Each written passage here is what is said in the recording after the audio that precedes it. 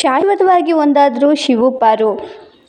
ಹೆಂಡತಿಗೆ ಕೊಟ್ಟ ಮಾತಿನಂತೆ ಮೀಸೆ ಬೋಡಿಸಿಕೊಳ್ಳೋದಕ್ಕೆ ಮುಂದಾಗ್ತಿದ್ದಾನೆ ವೀರಭದ್ರ. ಅಣ್ಣಯ್ಯ ಪಂಚಾಯತಿನಲ್ಲಿ ಅಣ್ಣಯ್ಯ ಅಂದರೆ ಶಿವು ಎಲ್ಲರೆದ್ರು ರೊಚ್ಚಿಗೆದ್ದಿದ್ದಾನೆ. ತನಗಾಗಿರೋ ಅನ್ಯಾಯದ ವಿರುದ್ಧ ರೊಚ್ಚಿಗೆದ್ದಿದ್ದಾನೆ. ಶಿವು ಪಾರು ಪರ್ಸ್ನಲ್ ಡೈವೋರ್ಸ್ ವಿಚಾರ ಈಗ ಇಡೀ ಊರಿಗೆ ಗೊತ್ತಾಗಿದ್ದು, ಈಗ ಶಿವು ಮತ್ತು ಪಾರು ಯಾವುದೇ ಕಾರಣಕ್ಕೂ ನಾವಿಬ್ಬರು ದೂರ ಆಗೋದಿಲ್ಲ. ಬರೀ 100 ಜನ್ಮಕ್ಕಲ್ಲ 1000 ಜನ್ಮಕ್ಕೂ ಪಾರುನೇ ನನ್ನ ಹೆಂಡ್ರು, ಅವಳನ್ನು ನಾನು ಯಾವುದೇ ಕಾರಣಕ್ಕೂ ಬಿಟ್ಕೊಡೋ ಮಾತೇ ಇಲ್ಲ ಅಂದ್ಬಿಟ್ಟು ಆ ಡೈವೋರ್ಸ್ ಪೇಪರ್ನ ಎಲ್ಲರದ್ರುಗಡೆ ಸುಟ್ಟು ಬೂದಿ ಮಾಡ್ತಾನೆ.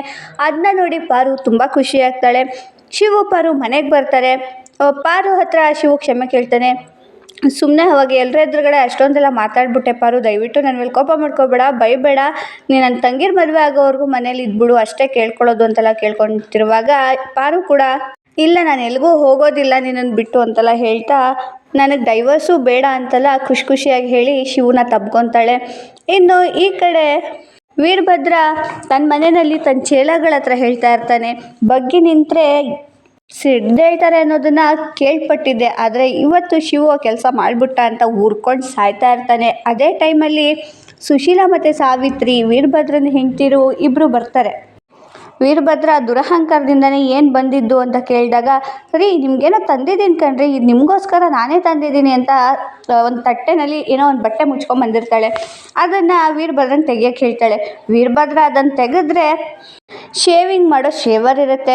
ಆವಾಗ ಅದನ್ನು ನೋಡಿ ವೀರಭದ್ರಂಗೆ ಶಾಕ್ ಆಗುತ್ತೆ. ಯಾಕಂದರೆ ಇದೇ ಹಿಂದಿನ ದಿನ ವೀರಭದ್ರ ತನ್ನ ಹೆಂಡತಿದ ಮೇಲೆ ಚಾಲೆಂಜ್ ಮಾಡಿರ್ತಾನೆ, ನಿಮ್ಮಿಬ್ರಿಗೂ ನಾನು ದುಃಖ ತಂದಿಲ್ಲ ಅಂದರೆ ನನ್ನ ಮುಖದ ಮೇಲಿರೋ ಮೀಸೆನ ಬೋಳಿಸ್ಕೊತೀನಿ ಅಂತ ಹೇಳಿರ್ತಾನೆ. ಆ ಮಾತು ನೆನಪಾಗಿ ಈಗ ಸಾವಿತ್ರಿ ಸರಿಯಾಗಿ ಟಕ್ಕರ್ ಕೊಡ್ತಿದ್ದಾಳೆ.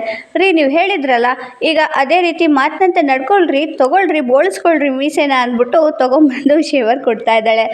ಈಗ ವೀರಭದ್ರ ಶೇವರ್ನ ನೋಡ್ತಾ ಇದ್ದಾನೆ, ಕೈಯಲ್ಲಿ ಹಿಡ್ಕೊತಾ ಇದ್ದಾನೆ. ನಿಜವಾಗ್ಲೂ ಅವ್ನು ತನ್ನ ಮೀಸೆ ಬೋಳಿಸ್ಕೊತಾನ ಅಥವಾ ಕೊಟ್ಟು ಮಾತಿನಂತೆ ನಡ್ಕೊಳ್ಳೋದಿಲ್ವಾ, ಅಥವಾ ಮೀಸೆ ಬೋಳಿಸ್ಕೊಂಡು ಮತ್ತೆ ತನ್ನ ಸೇಡಿನ ಜ್ವಾಲೆನ ಶಿವು ಪಾರು ಮೇಲೆ ಜಾಸ್ತಿ ಮಾಡ್ಕೊತಾನ ಅನ್ನೋದನ್ನು ನಾವು ನೆಕ್ಸ್ಟ್ ವಿಡಿಯೋಗಳಲ್ಲಿ ನೋಡೋಣ.